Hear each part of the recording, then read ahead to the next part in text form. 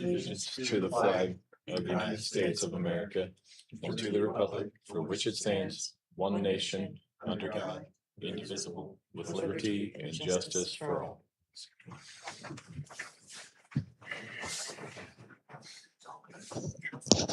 Roll call. Mark Mills, Mike Nichols, Here. Larry Mosier, Joe Stevens, Here. Isaac Chavez, He's present. Joseph Bookwalter, Here. Chris Alba. Here. You should have all been afforded a copy of the minutes from the last meeting. Motion made. I'll second.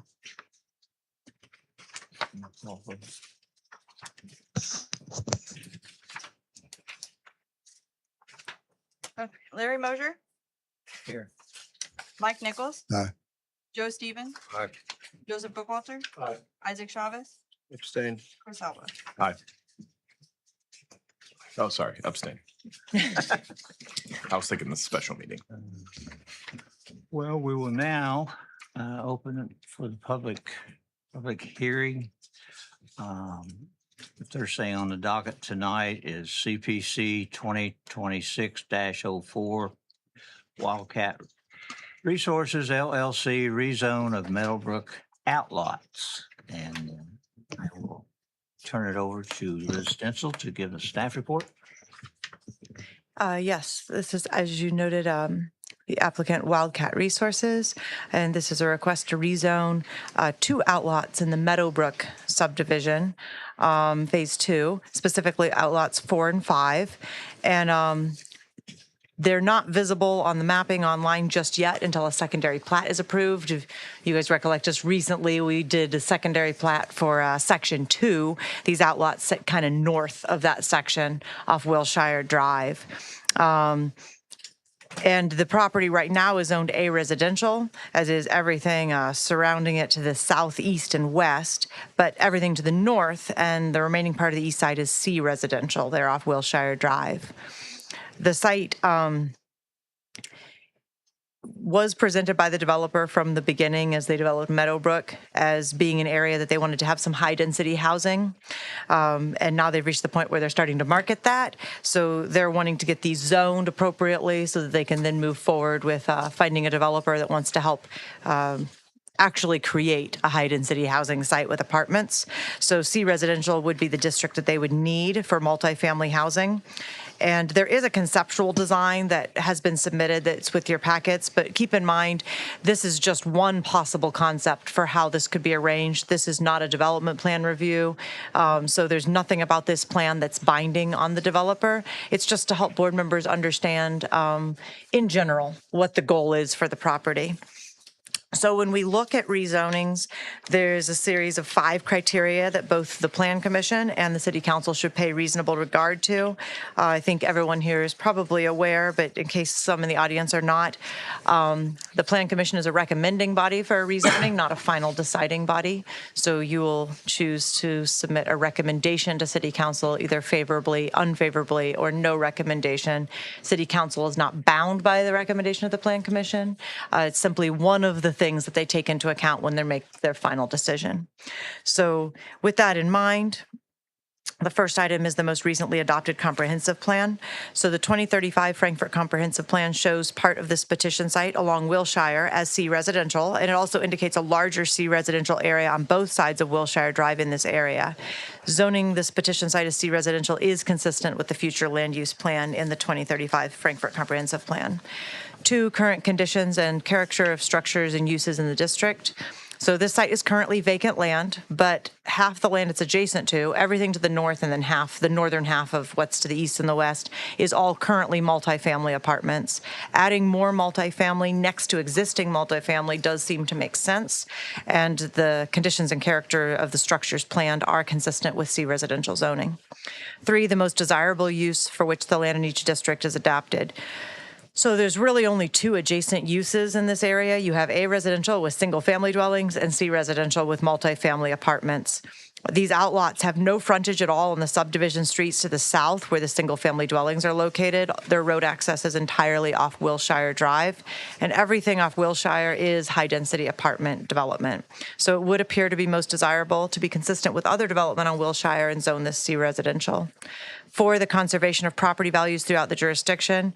So it's unlikely that adding more multifamily next to existing multifamily is going to have any effect at all on property values that would be negative on the neighboring apartment complexes. And 5, responsible development and growth. So the comprehensive plan already calls for multifamily development here. There's already a lot of multifamily development in this area. We know that the city badly needs housing. It's one of the things that comes up again and again in conversation when we look at where we need to go going forward. And multifamily allows for a much higher number of units on the same land than what single-family development provides. With the other nearby apartment developments, adding more of them in this location does appear to be responsible. So consequently, staff would recommend to favorably certify the application, proposing roughly 9.089 acres be rezoned to the C residential district, and that certification would be to the Frankfurt Common Council.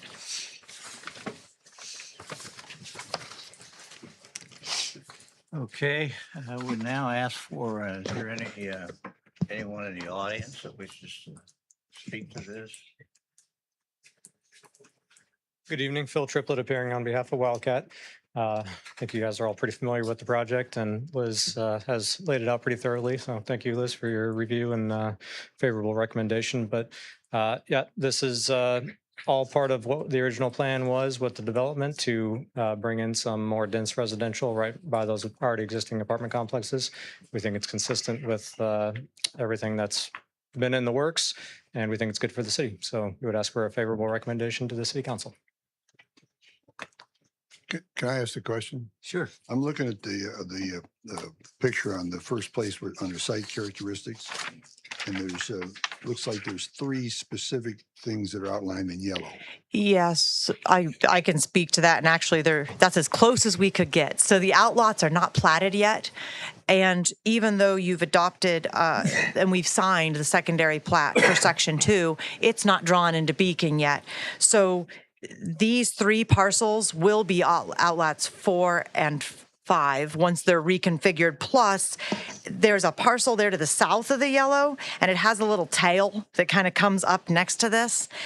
The square part of that parcel was just signed in the plat yesterday. I think that was yesterday we signed that. So it's waiting for Zach over in the surveyor's office to get it drawn into Beacon. Once that's done, the northern part of that tail is actually going to be part of, I think it's Outlot 5 that's part of. Do you recollect? I think it's 5 that's on that side. So that's just as close as I could get to showing you where that land is. The little thing that almost looks like a road on the east side, is that part of outlot number 5? 5. Yep. That's And part of but it part would of come the- all the way down and square off with the back of that larger section where it's not highlighted right now. But if Okay. I'd highlighted it, it would have highlighted all the way down past Haven Avenue, and that's not part of the same land. So, Okay. I was just curious about that. no, it's a fair question. There wasn't a perfect way to show you because it's not drawn in yet. There is, see if I can find it in this folder. There is a copy of that part of the primary plat in here that we It's on used. the decision of the board, Liz.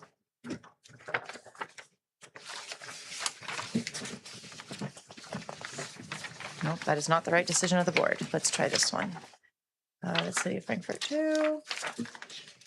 3rd time's the charm.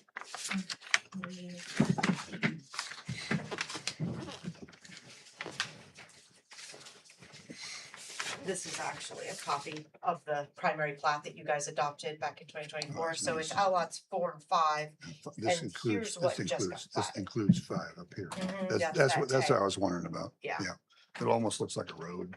Yeah, and it Yeah. could be. I mean, Well, they're someday- using it right now in some fashion, driving equipment down from what do you call it to, I don't know what they're all doing, putting in a sewer or doing something, but anyway, they are doing, but it's not necessarily going to be a road. No, it doesn't have to be.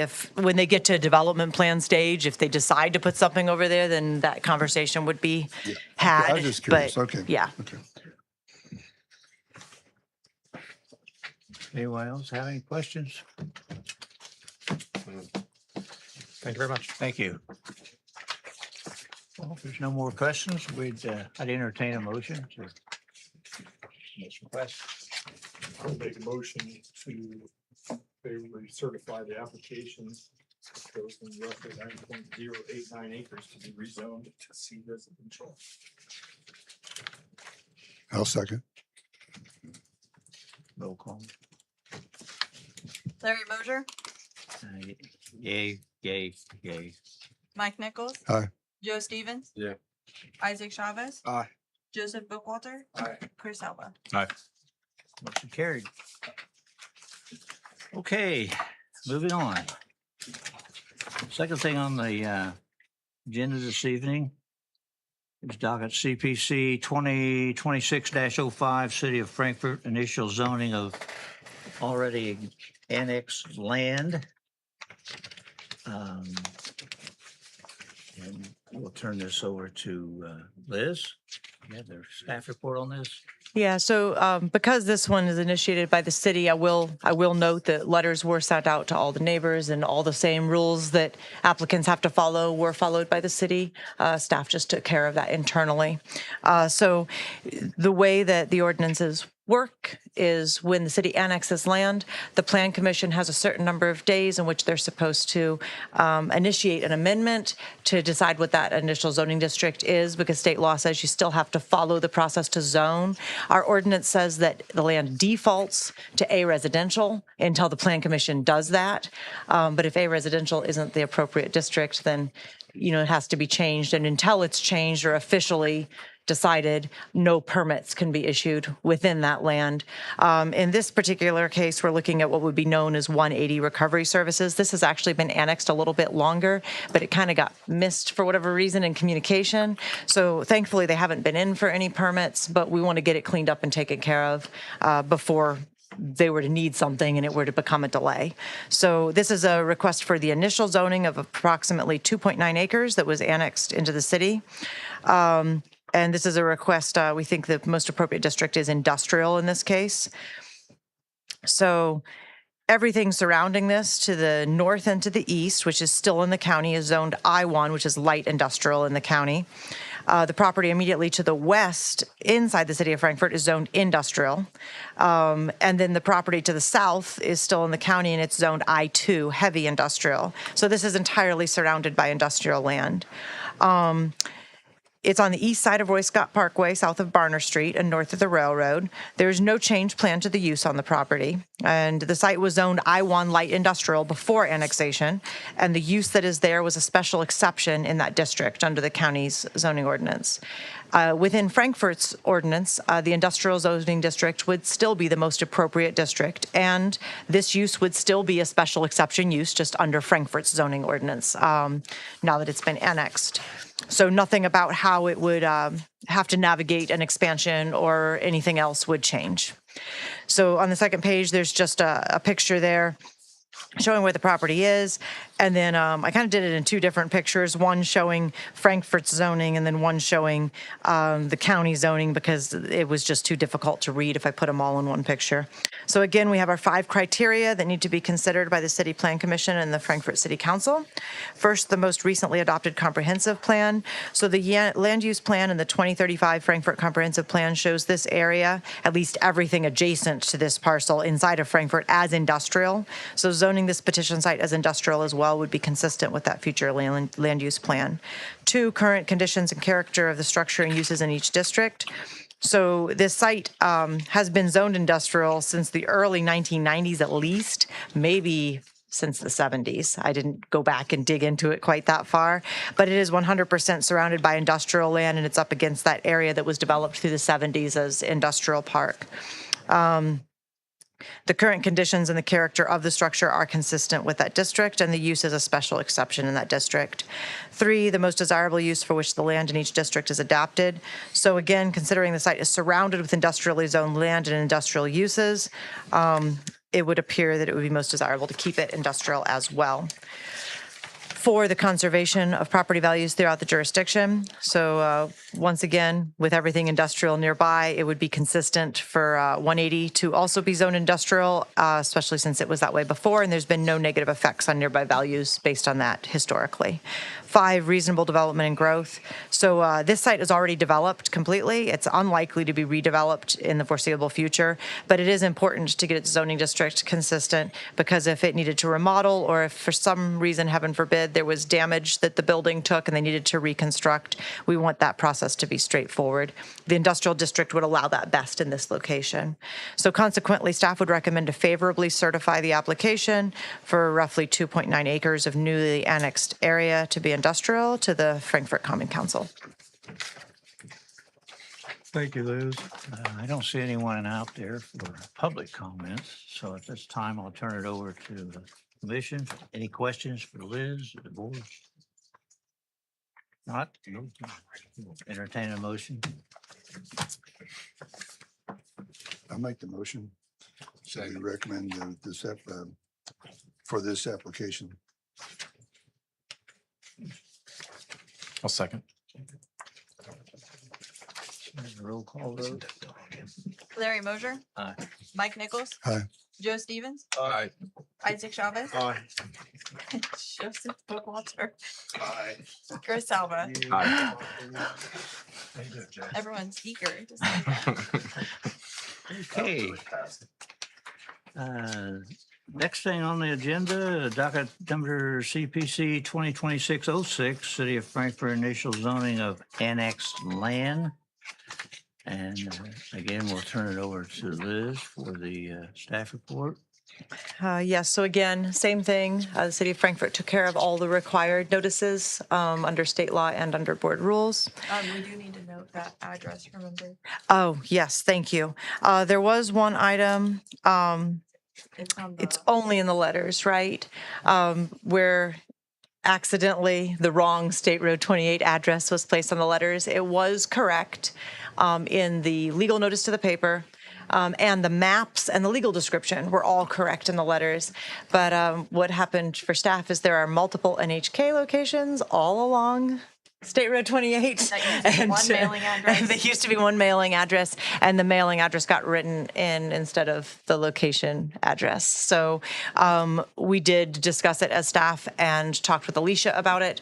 And there is a part of state law that basically says that minor errors, you know, as long as people can understand what's actually happening, don't automatically derail your ability to move forward with your process. And since the map and legal and the publication and everything else were correct, and it was just in one location, Alicia did not feel that it presented any obstruction to being able to move forward. We have to put that in minutes for that. Yep, we just announced it in case somebody were listening and there was any confusion that street number, you know, the road name was correct, but the street number was the location that's about 4 miles closer to the center of Frankfurt than the one we're talking about. So with that, this is a request for the new NHK location, which is out on the west side of the I-65 28 intersection. And the full annexation is not quite finalized yet. It's been through city council and it's been signed. It's not recorded through the GIS quite yet. So we're actually right on time with getting this done and sent to city council for them to consider. So this particular property, the property immediately to the north and the south of it, which is still in the county, is zoned agriculturally. The property immediately to the west of the site is zoned B5, which is agribusiness, and that was recently done. There's a business park that just got through its primary platting process and is now working on construction plans in a secondary that's adjacent over there. And then to the east is property within the city that is zoned roadside business there around the interchange. So the site is commonly known as NHK. It's at 8425 West State Road 28. It's on the south side of 28, just west of the interchange. There's no change planned to the use. Frankfurt Council passed an ordinance to annex it 5/11 of 26, and as soon as that's recorded, it'll be finalized. The site was zoned I-1 light industrial before annexation, and the use, which is considered light manufacturing, was permitted in that district. it would seem that Frankfort's industrial zoning district would be the most appropriate district to place the use in now that it is annexed, and it would still be a permitted use once that rezoning was done. There is a zoning map there on the second page between the Banderas Point PUD and then some of the other things around the interchange. This is a little bit more interesting area with zoning, a little bit more happening, but hopefully you can kind of see what's going on. We've got the same 5 criteria we discussed in the previous 2 cases. First, the most recently adopted comprehensive plan. So this is a tough one in this particular case because the 2035 Frankfort comprehensive plan did not foresee the annexation that went out to the interchange. So therefore, there is absolutely no information about it to guide the staff report. That said, it does show that the area on the west side of the city, as far out toward I-65 as was annexed when the comprehensive plan was done, would be industrial, which is also what the zoning map shows. So staff does not feel that zoning this industrial is inconsistent with the future land use plan, which does seem to indicate heavier businesses and industrial to the west side of Frankfort. 2, current conditions and character of the structure and uses in each district. So this site was actually zoned I-1 industrial for NHK and has remained zoned industrial since it was constructed. The current conditions and character of the structure on this land is consistent with industrial zoning. 3, the most desirable use for which the land in each district is adapted. And this site does contain a factory. It's light industrial. It's right in line with what industrial zoning is designed for, so it would appear most desirable to keep that. 4, the conservation of property values throughout the jurisdiction. So as far as staff is aware, NHK has not resulted in any depreciating values out around the interchange. And zoning nearby is actually anticipating more commercial and industrial development around this site in the future. The roadside business district is pretty much just designed to be right at the interchange where you expect fast food restaurants and gas stations and those kinds of things. So industrial would seem to be consistent with conserving property values in that area. Finally, responsible growth and development. So again, the site's already developed. It's unlikely to be redeveloped, but it needs to have an appropriate zoning district so that if it needs to have an addition, which I do believe they have indicated, at least when they developed the site, they were going to have a second phase to add on office space, and they've left room for it on their site. So when it comes that they want to do that, we want to make sure they have the appropriate zoning. But additionally, of course, if they had damage or something else, we want their process to be straightforward. The industrial district allows that the best in this location, so staff would recommend to favorably certify the application for roughly 44.014 acres to be industrial to the Frankfort Common Council. Okay, do you have any questions for Liz? I have a question. It's not necessarily about this specific, but each one of these, though, Liz, we're referencing the land use plan 2035 comprehensive plan. The new thing that's being initiated for the city, will that overtake this? It will replace it. So, Replace it. Yep. So all jurisdictions don't do it on this timeline, but ideally you would do a new comprehensive plan every 10 to 20 years, or if you have a major change. So in this particular case, both things are true. The comprehensive plan that Frankfort currently has is about 12 years old, but then because of the previous city administration's choice to annex out to I-65, you have a major change that the ordinance is entirely, there's just no guidance in the comprehensive plan whatsoever. So a new plan is needed for both of those reasons. Then I would additionally, I think, note just as a planner that COVID made some kind of permanent lasting changes to things and environments and how stuff runs that have not gone away in the years since. And the previous comprehensive plan doesn't even talk about some of those things and concerns that I think members of the community do still think about as a result. So I think that also is something that will be reflected in the new plan, is how people's values and viewpoints on certain things shifted as a result of that event. So, and I think on the, when you look at the county on the outside, they also have the same need to look at a revised comprehensive plan for the same 3 reasons. Things have just shifted. So it'll replace. Typically what you do is you say it supersedes, or that you're repealing, and then that new document takes effect. And then after that, you would review your zoning ordinances to see if they remain in line with your new comprehensive plan and make any needed adjustments to them. Thanks.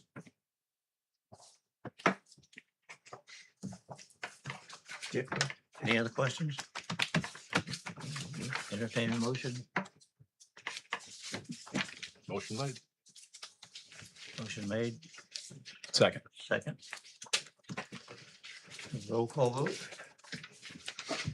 Larry Mosier, Yes. Mike Nichols. Aye. Joe Stevens. Aye. Isaac Chavez. Aye. Joseph Bookwalter. Aye. Chris Elba. Great. Any other business? I'm just curious on this, just east of the NHK. Is that area floodland or could people build on that? Yeah, so east of NHK is developable. They're putting in on the county-owned land. There's actually like a upside-down flag parcel there that wraps around NHK that the Japanese didn't want, and there's a whole story there I'll save you guys listening to. But at the end of the day, the county still owns it, so there's going to be a larger drainage facility on that will be sized to help handle flow from additional development to the south eventually as well. And then there's going to be a second drainage pond on the eastern side of that next parcel over. It's all going to drain just fine. The county regulated drain to the south is capable of handling that load. And those landowners have given 2 easements, one for each pond, that will take the drainage infrastructure south and meter it into that waterway. So, as we get more development, of course, that'll have to be looked at parcel by parcel. But at least in terms of that to the immediate east, it is developable, and it's got a drainage plan to handle the water. We do know a lot of those sites around the interchange have issues with soil stability and unstable, very moist soils. So Banderas Point, Wilson Trailer, and NHK all ran into significant overruns on cost and timelines in construction because of the amount of lime and external material they had to bring in to stabilize things enough in Banderas' point just to get the pond in. And the other 2, it was to try to get their buildings in. So we do know that there's some challenges out there, but engineering is able to overcome them so far. It's just, having a user that's willing to do it. I know that area and I was thinking that'd be a great place for like fast foods to come into, and that'd be pull people off the highway into Frankfurt. Yeah, so what's been approved by the Area Plan Commission includes 3 to 5 outlots along the frontage, which of course could be marketed towards, I think there's already a gas station and a hotel committed to 2 of them. And then I think they're looking for, like what you said, maybe some restaurants or something, but it'll be up to who buys. And then there'll be a north-south road that'll come off 28 and go between NHK and that next development. And then it'll have a road that'll go east-west for a frontage road that goes to the property line ready to keep going towards 52. And then that north-south road goes to the southern property line and is set up so that when M Corp's land eventually gets somebody who wants to develop it, that will be the way in. And then we don't really know if it'll keep going south or if it'll turn and come back around to 850 somewhere south of NHK. It's going to depend on who wants to develop it and whether they're putting in big factories or smaller commercial. I had heard that somebody's putting I forget the company, like a hotel immediately to the west of NHK. Yeah, that's that same property, and we've been told in the hearings with the Plan Commission that one of those outlots on the front is committed to a hotel, and another one is committed to a gas station for automobiles. It's not a truck stop, just a regular fueling station. This is west of NHK, we're talking. No, this is. Yes, is west. Sorry. I'm just curious. I'd heard that. I just didn't. Yeah, and actually, if you're curious on more details on that development, those plans are over in the annex building in my office, and they're public record. So if you stop by and you want to see them, you can see the primary plat for what's happening right there adjacent, and will eventually be annexed into Frankfurt. I mean, the goal for all of that stuff out there is as it gets developed and built out, then eventually it gets annexed in because it's being served by the sewer and water. So it makes sense to let the developer have the benefit of the lower taxes for a period of time. And then once they get past that return on investment, roll into the city for the long term. Yeah. So they all have to sign waivers that they won't object to annexation. And I know normally city council works out a agreement for an 8-year or 10-year, whatever a period of time is until they come in. Thanks. Just, you can see an area grow. Anything else? No other business. Nope. Motion